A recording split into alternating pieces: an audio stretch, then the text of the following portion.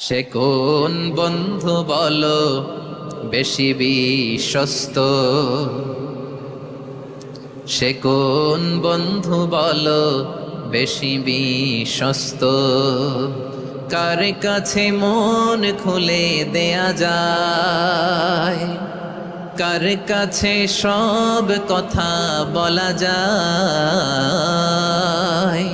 হওয়া যায় বেশি আশ্বস্ত।